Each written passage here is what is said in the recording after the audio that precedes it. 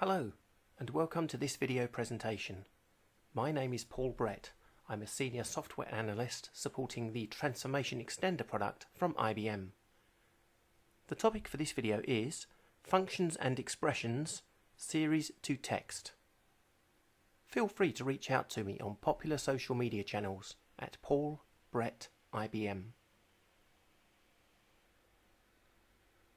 In this short practical demonstration, I will show a requirement, one that admittedly could be solved with a run function, but also a curious use of the series to text function to get a comma-separated list.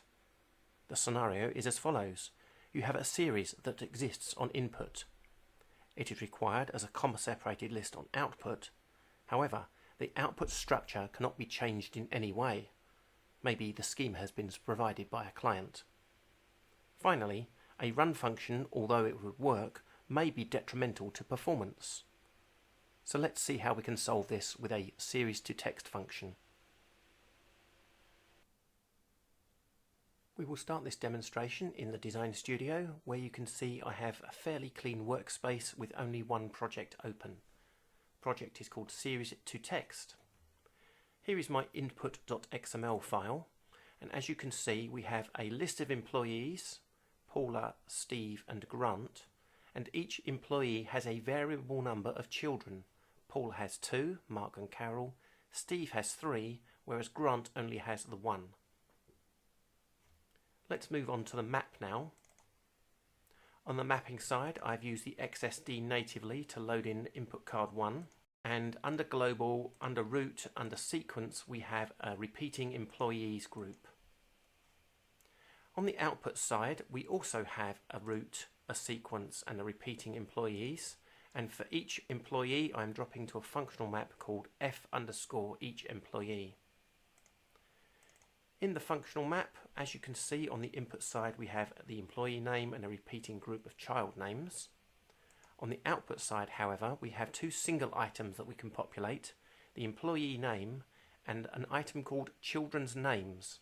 Now this is expected to be a comma-separated list of the children's names.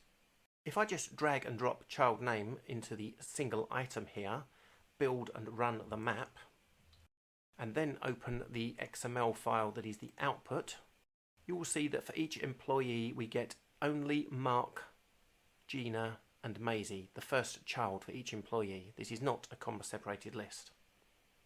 Well, how can we solve this issue? Well, ideally we would drop to a functional map and send in each child individually and then slowly build that information up. Okay, functional map, f_each child. Let's create it with a functional map wizard. And then in that functional map, let's drag and drop the name of the child and then say at the end we also want to append a space and a comma between each child. If I go back to the top level and build and run, you can see on the output we still only have the first child, and now it's got a comma and a space after it, but where are the other children? Well, this functional map is not going to execute multiple times because the number of times it's executed is based on the count of the input, but where the output is not a repeating group, it will only ever do the first one. Now we can solve this issue by sending this entire list of names out to an external map using a run function. The structure of that external map could be expecting to receive multiple children. On the output side you could have a structure that is expected to be repeating and can output a list of CSV and return it to this map. That would work perfectly, but as we all know, run functions have a performance hit. So how else could we fix this? Well, this is where the series to text function can help us. So if I drag across child names group again and type in series to text, it takes the entire series and just lumps them all together.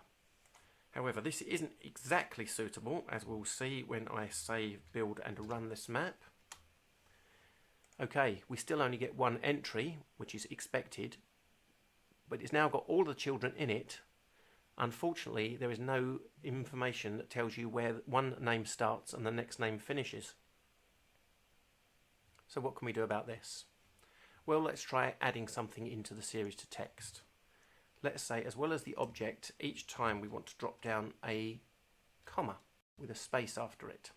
Now we build and run. On the output side, great, we now have all of the children in a comma separated list, but it's standard English notation not to include a comma after the last entry. So let's try a couple of trim right functions. First of all, let's trim off the spaces, and as you can see that's the space gone after I ran the map. Let's trim off the comma as well from the final entry. Save, build, run, and there we have our comma separated list using a trick of the SERIESTOTEXT function to send in additional characters in between each entry. I want to thank you for taking the time to watch my video presentation today.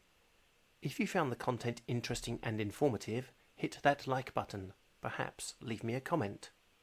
Consider subscribing to my YouTube channel as I release content such as this on a regular basis. Feel free to reach out to me on popular social media channels at Paul Brett IBM.